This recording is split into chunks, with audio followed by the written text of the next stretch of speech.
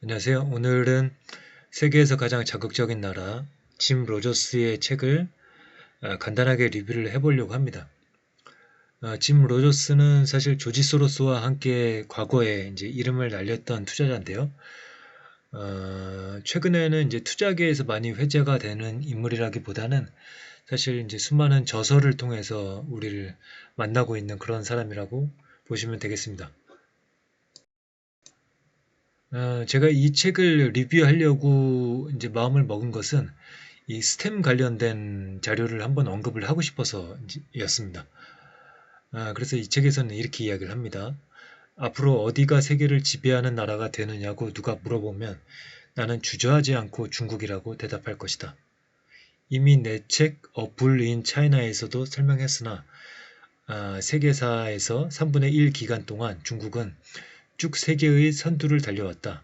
최근 2세기만 예외였던 셈이다. 그리고 나서 중국에서 이공계에 관련된 그 학생들을 얼마나 배출하고 있는지를 이야기하고 있습니다.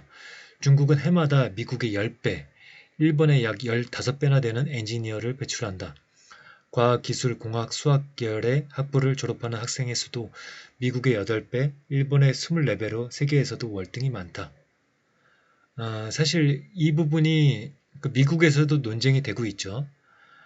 스템 전공 졸업생 수가 너무 많이 차이가 난다. 그래서 일각에서는 그렇게 많은 졸업생들이 과연 관련 분야로 진출을 해서 취업을 하느냐, 그런 데이터를 확인을 해야 된다라는 그런 이야기도 제가 봤는데요. 그리고 이 스템 전공뿐만 아니라 특허도 마찬가지죠. 중국에서 나오는 특허도 엄청나게 많아서 2위인 미국과 3위인 일본을 크게 앞지르며 타의 추종을 불허한다. 그래서 이 스템 전공 졸업생 수나 특허의 수, 그러니까 양적인 측면에서는 확실하게 이제 중국이 많은 성과를 내고 있죠. 사실 질적인 측면에서 이제 의문을 제기하는 사람들이 있는데 이렇게 양쪽으로 너무 많이 차이가 나버리면은 사실 성과가 어느 정도 나올 것이라고 우리가 예상해도 될 것 같습니다. 그래서 실제로도 이제 중국인 엔지니어는 우수하지 않다는 불만이 있지만 그렇다면은 중국의 바이두, 알리바바, 텐센트, 화웨이의 4개사가 급성장한 상황을 설명할 수 있겠는가? 특히 화웨이 같은 경우에도 저희가 이제 5G를 넘어서 6G 관련된 특허를 화웨이가 많이 이제 특허 출원을 했다고 그러죠. 그러니까 어느 정도 기술력이 있다라고 이제 봐야 된다고 이야기를 할 수 있을 것 같습니다.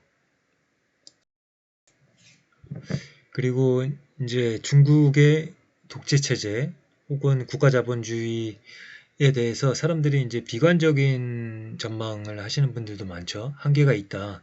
그런데 이에 대해서 독재 체제 혹은 국가 자본주의가 꼭 비효율적인 것만은 아니다라는 의견이 있고 짐 로저스도 그러한 의견을 제기를 하고 있습니다.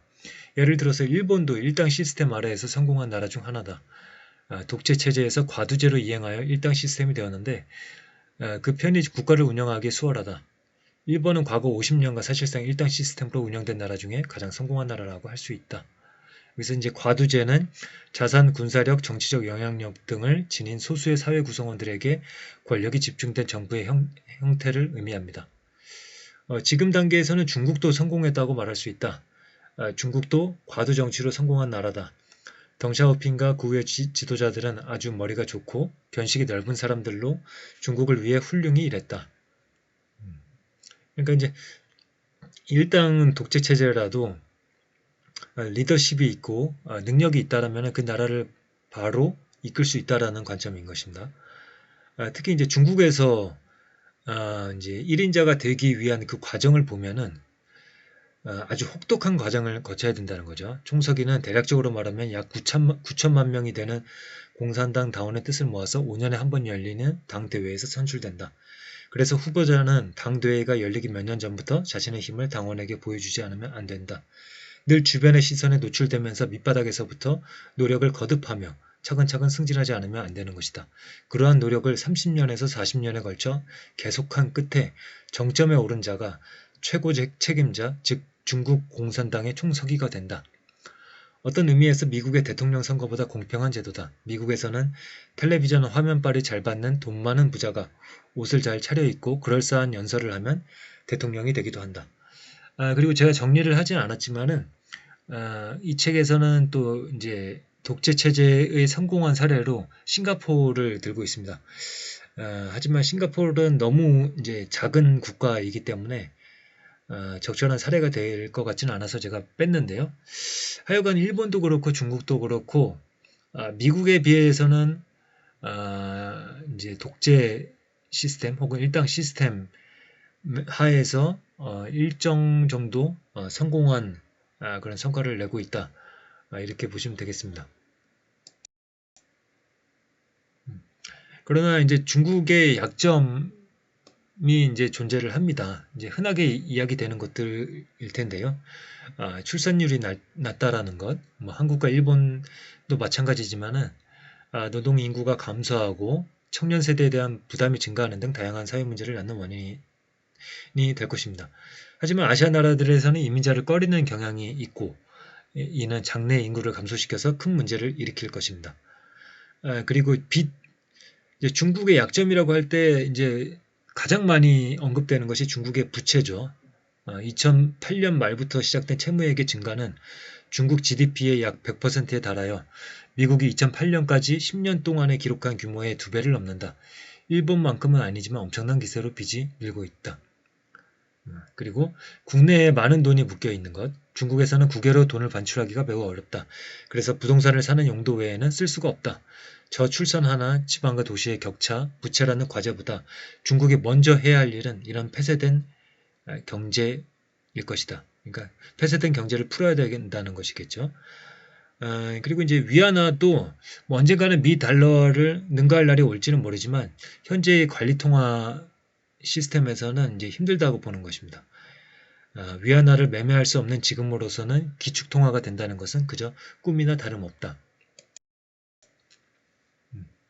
그리고 미중 패권 전쟁의 승자에 대한 이야기를 하면서 사실은 이제 승자가 없다라고 이야기를 하죠.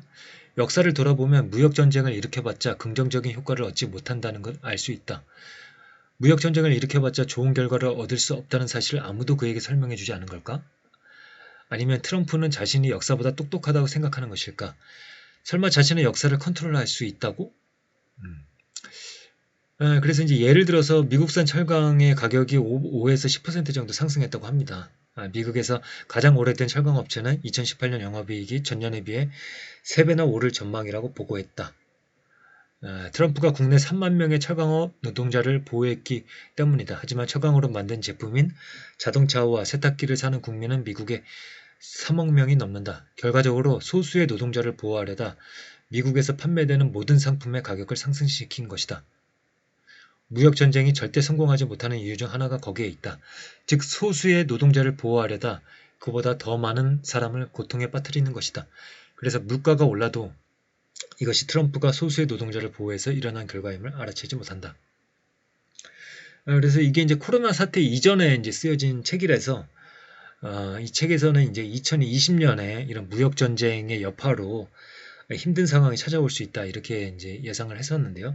사실 코로나가 찾아와서 상황이 많이 급변했죠. 그리고 미국에서 트럼프가 물러나고 바이든 행정부가 다시 집권을 하면서 미국에서 좀 더 세련되고 동맹을 동원하고 여러 이제 세심한 장치들을 통해서 중국을 대하고 있기 때문에 이렇게 이제 무역 전쟁에서 이제 승리하지 못한다 이렇게 쉽게 단정할 수는 없을 것 같습니다.